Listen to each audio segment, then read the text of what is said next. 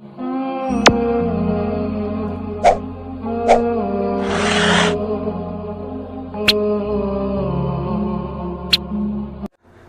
அற்புதமான ஒரு திக்ரு தான்.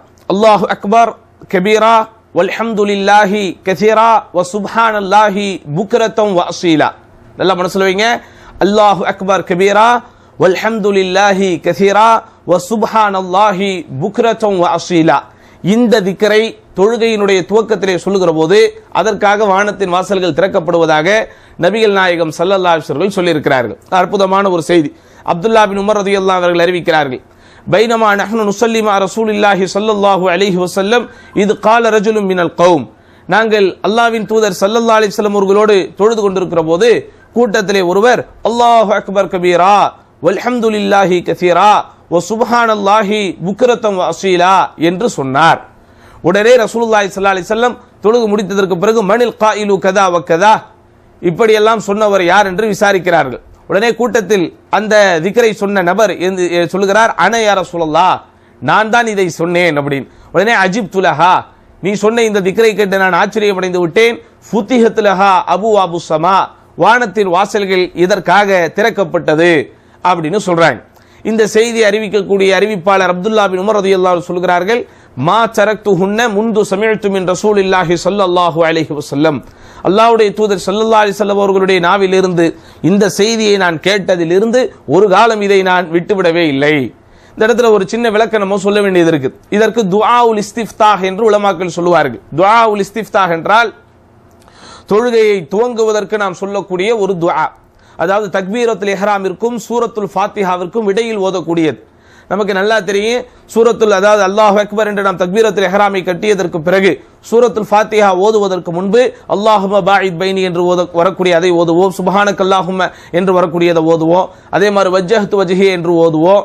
அதோடு சேர்த்து அல்லது அவ்வப்போது நடுவில் என்ன செய்யணும், இந்த திக்ரையும் சேர்த்துக் கொள்ள வேண்டும். இந்த திக்ரே அல்லாஹு அக்பர் கபீரா வல்ஹம்துலில்லாஹி கஸீரா வ சுப்ஹானல்லாஹி புக்ரத்தம் வ அஸீலா.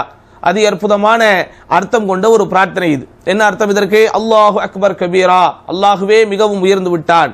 வல்ஹம்துலில்லாஹி கஸீரா, அந்த அல்லாஹுக்கே ஏராளமான புகழ் அனைத்தும் சொந்தம். வ சுப்ஹானல்லாஹி புக்ரத்தம் வ அஸீலா, காலையிலும் மாலையிலும் அந்த அல்லாஹுவே பரிசுத்தமானவன் தூய்மையானவன் என்கிற கருத்தில் வரக்கூடிய இந்த திக்ரை நாம் சொல்லுகிற போது, ஏன் பொதுவாக நம்ம அந்த வஜ்ஜஹ்து வஜ்ஹியை ஓதினாலும் அதற்கு நன்மைகள் இருக்கிறது.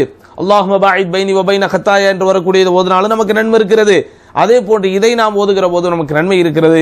இந்த நன்மைகளில் இந்த குறிப்பிட்ட திக்ருக்கு பிரத்யேகமான சிறப்பு என்னன்னு சொன்னா, நபிகள் நாயகம் ஸல்லல்லாஹு அலைஹி வஸல்லம் சொன்ன மாதிரி என்னது, ஃபுத்திஹத் லஹா அபுவாபுஸ் ஸமா, வானத்தின் வாசல்கள் அதற்காக திறக்கப்படுகிறது.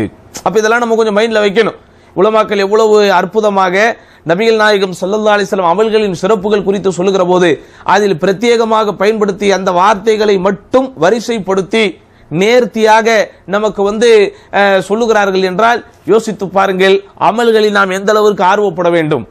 ஏனென்றால் அமல்களின் மூலமாகத்தான் அல்லாஹ்வுடைய அருளை நம்ம பெற முடியும். ஆனா அமல்களால மட்டுமே பெற்ற முடியாது, அல்லாஹ்வுடைய நாட்டம் தான் பிரதானமானது. இருந்தாலும் அல்லாஹ் சுப்ஹானஹு வ தஆலா யாருக்கு தன்னுடைய நெருக்கத்தையும் தன்னுடைய நேசத்தையும் ஏராளமாக தாராளமாக தருகிறான் என்றால் இப்படி உபரியான வணக்க வழிபாடுகளின் மூலம் இறைவனை நெருங்குபவர்களுக்கு தான். சரிதானா? நம் மீது சுமத்தப்பட்டிருக்கக்கூடிய ஃபர்தான கடமைகளை நாம் செய்கிறோம் என்றால் அது நாம் இறைவனுக்காக செய்ய வேண்டிய டியூட்டி, அதை நம்ம செஞ்சே ஆகணும். சரியா? அது நம்ம செய்யாட்ட நமக்கு கேள்வி கணக்குகள் இருக்கிறது.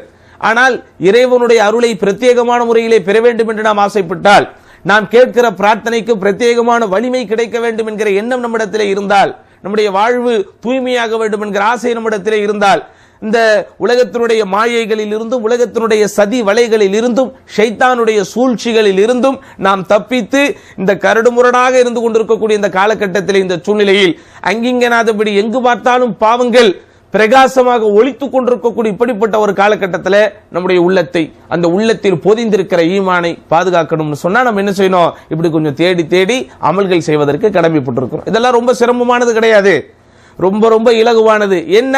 உள்ளத்திற்குள் ஒரு ஓர்மை நம்மிடத்தில் இருக்க வேண்டும். இப்படிப்பட்ட அமல்கள் எல்லாம் செய்ய வேண்டும் என்கிற நிய்யத் நம்மிடத்தில் இருக்க வேண்டும்.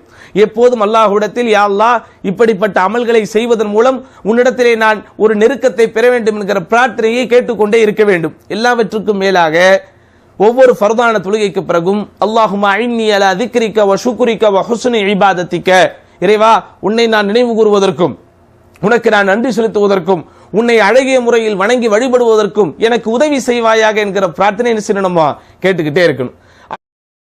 அன்பின் இஸ்லாமிய உறவுகளே, அனைத்து விதமான இஸ்லாமிய காணொளிகளையும் பார்வையிட நமது சேனலை சப்ஸ்கிரைப் செய்து எம்மோடு இப்போதே இணைந்து கொள்ளுங்கள்.